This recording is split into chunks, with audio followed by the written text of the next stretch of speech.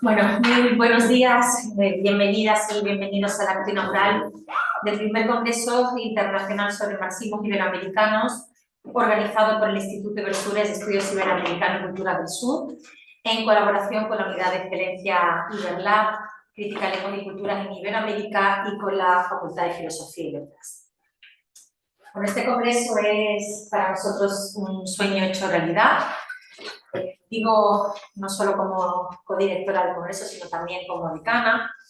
Un proyecto que veníamos pergeñando desde hace muchísimo tiempo, José Antonio Pérez Tapia, os he cambiado, José Antonio Pérez Tapia, José Luis Moreno Pestaña y yo, probablemente los dos profesores de la Universidad de Granada que más admiro y que más quiero. Ambos representan en su obra y en su magisterio la tradición más lúcida del pensamiento crítico, la que une razón y afecto, teoría y praxis, ética y estética. También quiero expresar mi gratitud a quienes han hecho posible esta primera edición, a Jesús Ángel Ruiz, a Marta Estremera, a José Sánchez Benavente, cuya dedicación, rigor y entusiasmo han convertido esta idea, una idea, en acontecimiento. El congreso que hoy abrimos se imponía no solo como una necesidad, sino ya casi como una urgencia. En un tiempo cada vez más trufado de extremismos, de fragmentación, de desigualdad, de guerras y de crisis ecológica, los marxismos del siglo XXI, leídos desde Iberoamérica, desde los sures, desde los feminismos y los cuerpos que resisten, se vuelven brújula y refugio, crítica y esperanza. No puedo dejar de evocar aquí las palabras proféticas de Manuel Sacristán, que escribió en el 83, ¿no?, en su revista Mientras tanto. Le voy a citar. En el siglo XXI se seguirá leyendo a Marx.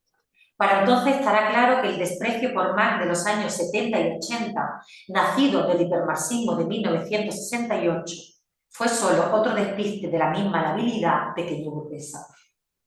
Estará claro, como lo está hoy, que Marx es un clásico. Se seguirá leyendo, si es que algo se lee. Si no se produce antes la catástrofe cuyo presentimiento anda reprimiendo tanta gente. Sacristán supo ver que Marx no pertenece al pasado. Es un clásico vivo, un autor que nos obliga a pensar lo que aún no vemos. En su palabra hay poesía y verdad, ¿no?, como también decía de Goethe, ciencia y estilo, análisis y revelación. El Manifiesto Comunista no solo es un clásico de la literatura del siglo XX, es también una obra de pensamiento vigente, una poética del cambio, que hoy releemos desde la crisis del capital, de los cuerpos y de los cuidados. Los estudios recientes de Bruno Bostil, que tiene el honor de abrir este congreso, Eagleton, Gillet, Silvia Federici o Verónica Gago, muestran la vitalidad de esos marxismos que nacen desde abajo, desde los márgenes, desde la vida cotidiana, desde los feminismos populares y los comunes. Este encuentro es la prueba de que aunque en el siglo XXI se lea poco, porque en eso se acertó, se lee mucho a Marx. Y se lo lee cada vez desde perspectivas menos transitadas, que van desde esos feminismos decoloniales y comunitarios y ecológicos hasta la crítica cultural y la estética. En la próxima edición de este congreso abriremos también un nuevo eje sobre el marxismo queer, un campo emergente que amplía nuestra comprensión de la emancipación y del deseo como fuerza política. Como también escribió Sacristán, Marx tiene capacidad para designar el mundo con vocablos nuevos. Me encantó esa frase. Sigamos haciéndolo, sigamos nombrando el mundo desde las grietas, desde las alianzas, desde el sur de las palabras y de los cuerpos. Porque, y permítanme el aforismo, pensar con Marx no es mirar atrás, es mirar más lejos. Muchísimas gracias.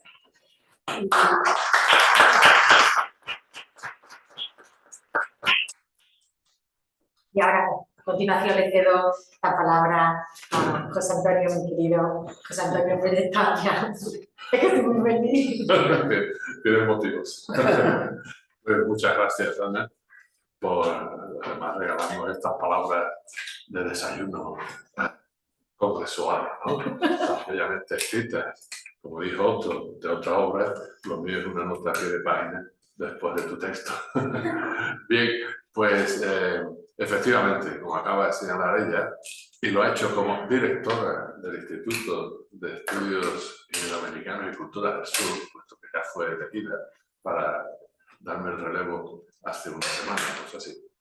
Bien, pues hemos llegado a este momento que siempre es algo muy agradable, porque preparar un congreso, que no sabéis, quienes habéis estado dedicados a ello con especial intensidad, pues es un trámite un poco complejo para atar todos los cabos y vernos aquí ya con todo dispuesto, ¿no? Por lo tanto, reitero mi agradecimiento a Marta, a José, a Jesús, a todos los que habéis trabajado en esto, más a vosotros mismos, y a todos los que habéis respondido con vuestro entusiasmo para participar, incluso desplazándose desde muy lejos. Algunas personas nos van a seguir por vía telemática.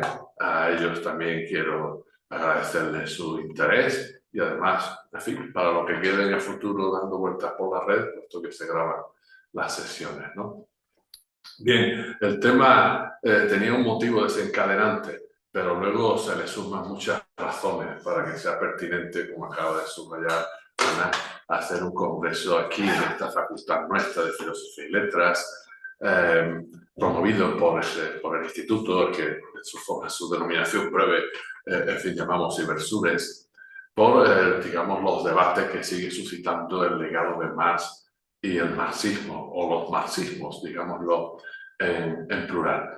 Por lo tanto, es un tema de lo más pertinente. El motivo fue el centenario de Manuel Sacristán, nuestro compañero y amigo y vicedecano, junto a su decana Ana, de esta facultad, Pepe Moreno Pestaña, que no se le escapa nada, nos puso sobre la alerta acerca del centenario y había que aprovechar, no solo por la escritura de la efeméride, sino por la obra de Manuel Sacristán y por el peso que tuvo en el marxismo, en fin, de los años 60, 70, más los que siguieron después, pero en fin, en España, junto con otros, no era el único, pero sin duda su obra se constituyó en una referencia que sigue siendo indispensable.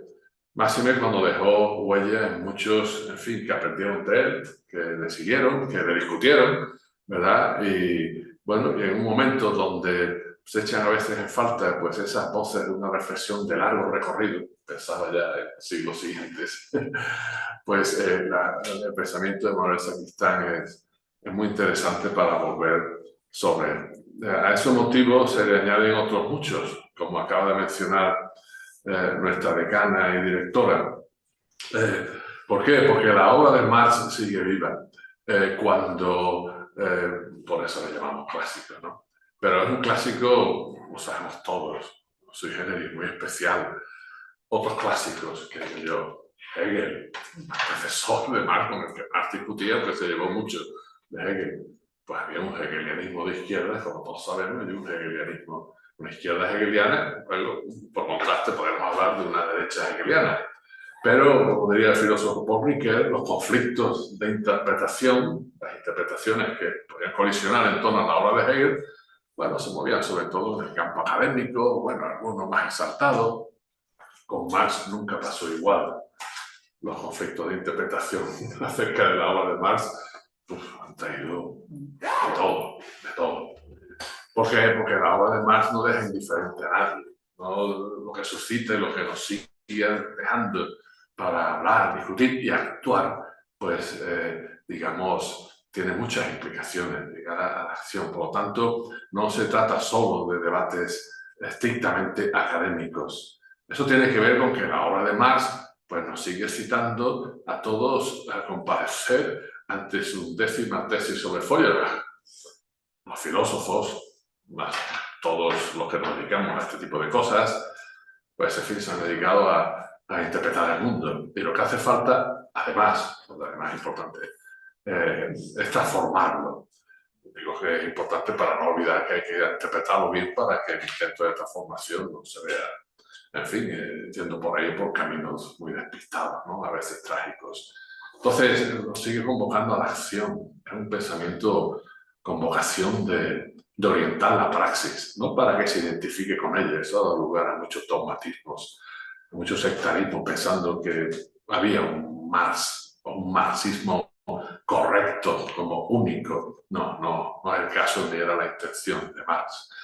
Entonces hoy nos encontramos, además que, bueno, cuando preparamos estas cosas, y en mi caso también lo que me toca, pues me acordaba también de todos los acontecimientos de los 80, los 90, 89, cuando el muro de Berlín, digamos, cae, porque se empuja, cuando después se disolvió la Unión Soviética en el 91, cuando lo que había sido el marxismo de cuño soviético, el Diamat y todo eso, bueno, que es, acabó siendo antimarxista, o si queréis, antimarxiano, porque todas las cosas deja de ser dialéctico, es dogmático y acabó siendo ideología de un sistema totalitario, etcétera, etcétera.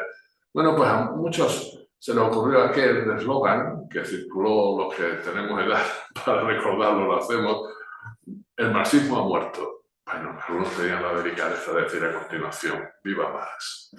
Pues en fin, ni el marxismo, algunos de los marxismos no murieron.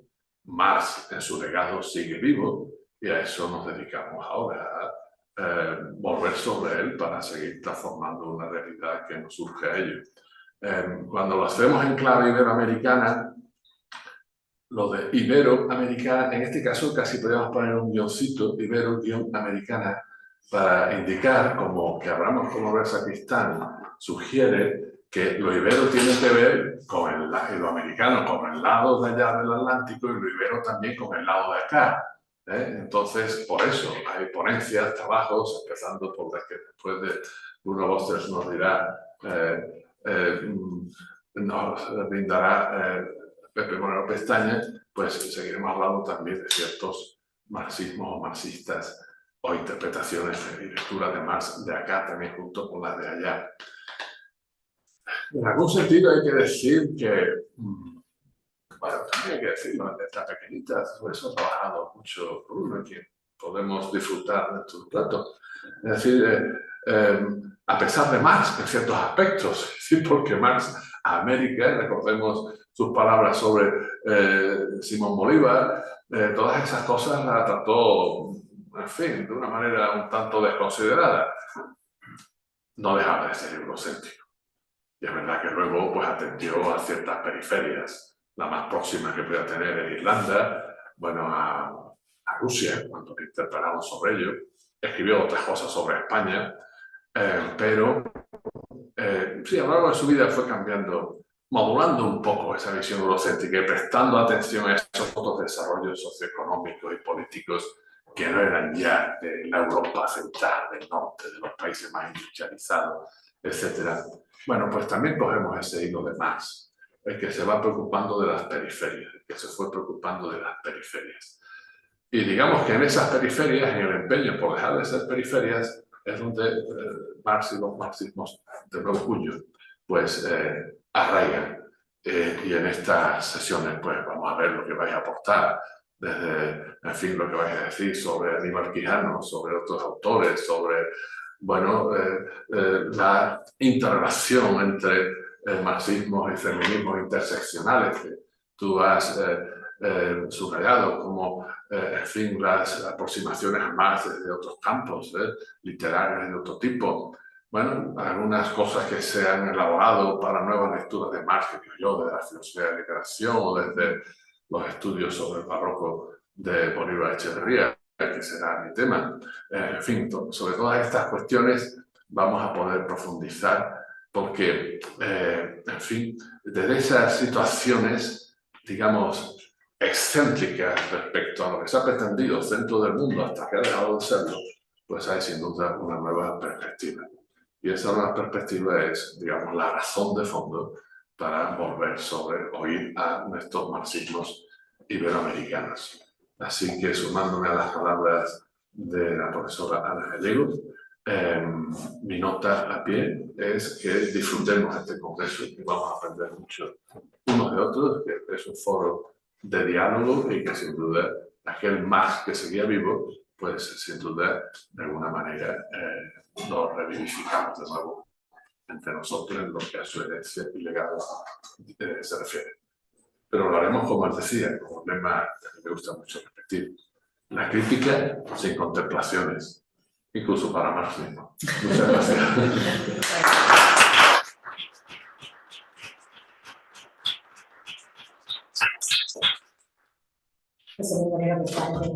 Bueno, yo después de las intervenciones de mi amiga y mi amigo, un poco tengo que decir, voy a ser muy breve.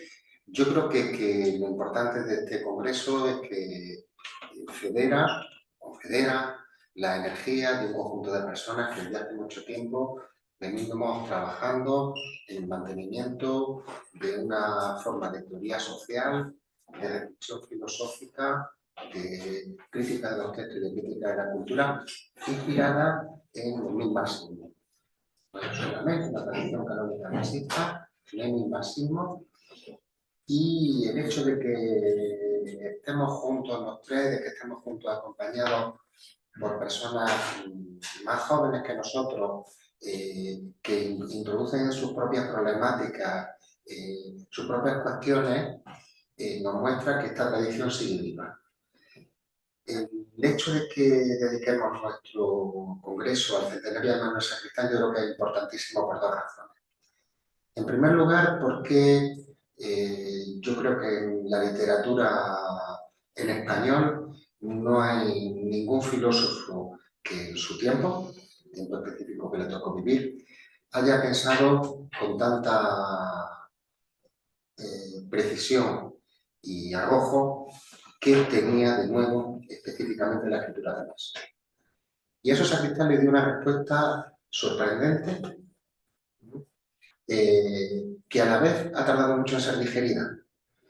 Sorprendente porque en tiempos en que lo que se buscaba además era su homologación o en una nueva ciencia o con el resto de la ciencia de la historia, Sacristán nos propone otra lectura más precisa, creo yo, y más vinculada al texto específico de Marx.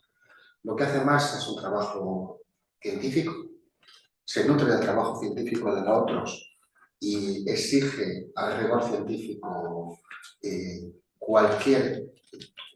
un descompromiso total con todo aquello que no sea la fidelidad a los procedimientos racionales de obtención de datos y interpretación.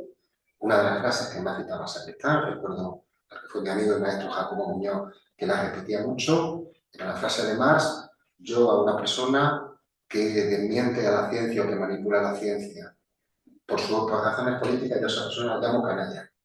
Era una frase además que repetía constantemente Sacristán, pero además no insiste en otra cosa. Lo que hace Marx es a la vez menos que una ciencia y más que una ciencia. ¿Por qué? Porque la ciencia se funda en un trabajo reductivo de organización de la administración de la prueba que precisamente nos hace perder de vista el todo, el conjunto. A ese todo no podemos hacer de forma mística o sosteniendo una concepción del mundo afirmada de manera perentoria y dogmática. El gran problema que le planteaba a los marxistas de su tiempo, sino que requiere un trabajo de tipo artístico. El trabajo dialéctico es un trabajo de tipo artístico de composición de los datos de la ciencia en un relato nuevo. Esa es la gran aportación, dice Marx, a la investigación sobre cómo se vinculan el conocimiento y la transformación del mundo. Yo creo que nosotros tenemos mucho que aprender de Sacristán y mucho que discutir sobre las dos cuestiones, que es el trabajo científico en todas las disciplinas y específicamente en las que están representadas en filosofía y letras, y que es un trabajo artístico a partir de datos científicos. Yo creo que es un programa de investigación apasionante y espero que este congreso sea una primera cita que se renueve todos los años. Muchísimas gracias.